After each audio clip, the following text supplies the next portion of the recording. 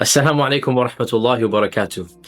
The question that many people ask us is, why did the third caliph of Islam, Uthman, why did he burn all of the Qur'ans of his reign and his empire?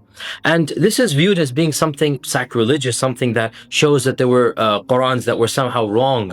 This is a cultural misunderstanding, because from the Islamic tradition, when you burn the Quran, you're not disrespecting it. In fact, this is the way to respectfully dispose of it. It's the exact opposite from the Western tradition. Our religion teaches us that when you have a copy of the Quran that is now used too much, it's worn, it's torn, you have to dispose of it, you don't just throw it in the trash. That's disrespectful. You disintegrate it. They didn't have paper shredders back then. So how would they disintegrate the Quran? Well, they would simply light a fire to it and burn it, because they didn't want people trampling on it. They didn't want people throwing it in the trash can. They wanted to get rid of the sacredness of the Quran in a manner that is not intentionally disrespectful. And this is a cultural difference. When Western traditions hear of burning books, they think of sacrilege, they think of angry mobs chanting. But the burning of the Quran is not done in that type of philosophy or mindset. The burning of the Quran was done to respectfully dispose of unofficial recensions of the Quran. In fact, what happened was,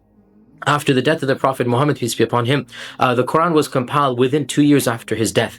And so the official compilation took place when every single one of the major companions of the Prophet, peace be upon him, were still alive.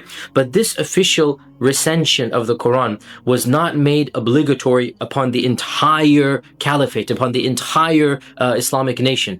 And people would simply copy with their own hands any copy that they had. And obviously human errors occurred. Obviously, when you have 6, 7, 8 generation copyists, anybody at home who knows how to read and write is just copying the Quran, obviously errors are going to creep in, and there's no question that there were variances, spelling mistakes. Another problem that occurred at the time was that the script of the Arabic language had not yet been fully developed, and so one letter or one symbol could represent multiple letters. Yet another problem is that many of the people could not read and write proficiently. Yet another problem was that spelling had not yet been standardized. Even us here in America, if we read a book written 300 years ago, 200 years ago, we're going to find spelling differences. So you can imagine, in a society that's very Bedouin in nature, very illiterate by and large, the religion is coming in, educating the people, you're going to get a lot of variations, and people began noticing this is just not right. But we have an official Quran, we have the official recension that was done by the first caliph. So the third caliph, Uthman, made a very simple decree,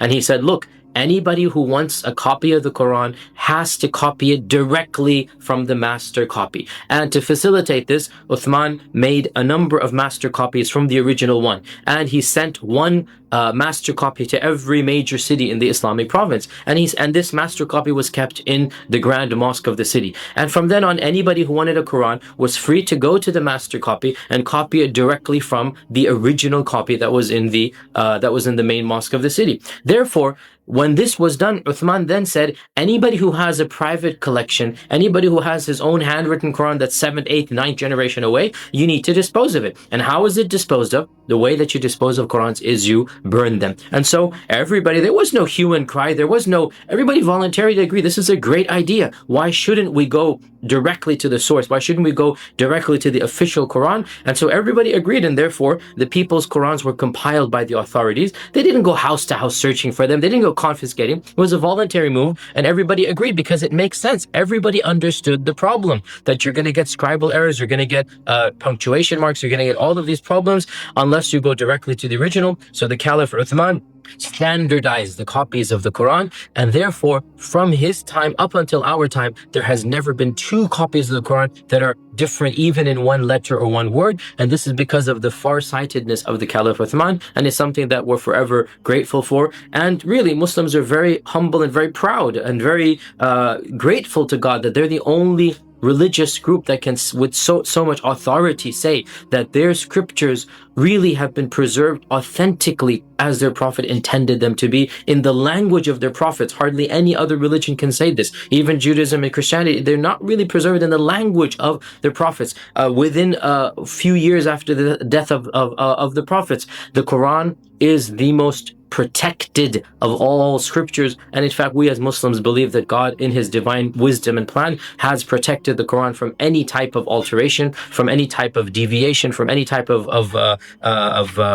miswriting, because the Quran tells us that God has revealed this Quran and He is going to protect it. And we believe that the Caliph Uthman's actions were actions that are very logical, very reasonable, and they ensured the protection of the actual script of the Quran.